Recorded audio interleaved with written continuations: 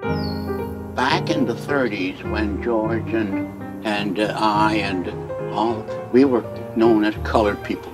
You have to remember, when we went to school, there wasn't a person of color in any office in all of Canada. There were only about, say, maybe 1,000 to 1,500 colored people in all of Toronto. So there weren't very many in the area. George was head of the family and very bossy.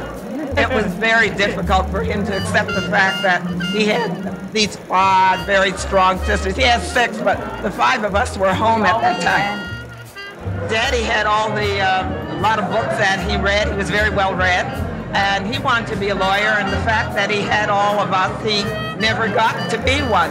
But he had a tremendous mind, and I think he just sort of passed it on to George to do this thing that he really wanted to do, so he was very pleased about that. Law, I was going to go law. I was going to be a lawyer, period, eh? And I went and studied at Osgoode because I'd heard of this great law school, Osgoode, after being serving in the army.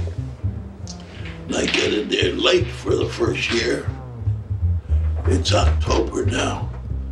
I went in there, and the first over 400 students. And as I said, somebody, conference of black lawyers, I looked around in there and I said, there wasn't one brother in there. I had to start my humble beginnings. So I started to do work for others, eh?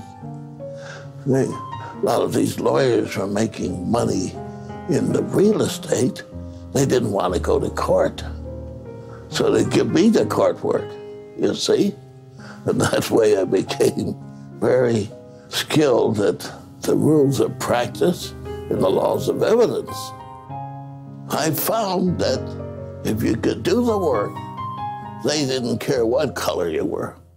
When he got his judgeship, it was such a fabulous day. We celebrated. We all loved it. We were very proud of him. So beautiful. And when we, got the cards with the Honorable George Carter, and I showed everybody in New York, and they said, "Your brother's a judge?" And then they said, "Oh, sure." But it was wonderful. It was really exciting. You don't sit on the bench unless you have some achievement. Certainly not in Ontario.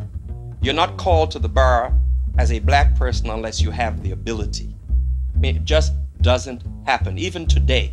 But you might well understand back then when he was called to the bar, what it took for an individual, a black man, to be called to the bar and to be accomplished. And somebody who didn't just say, well, you know what, I deserve it. He got there and served very humbly.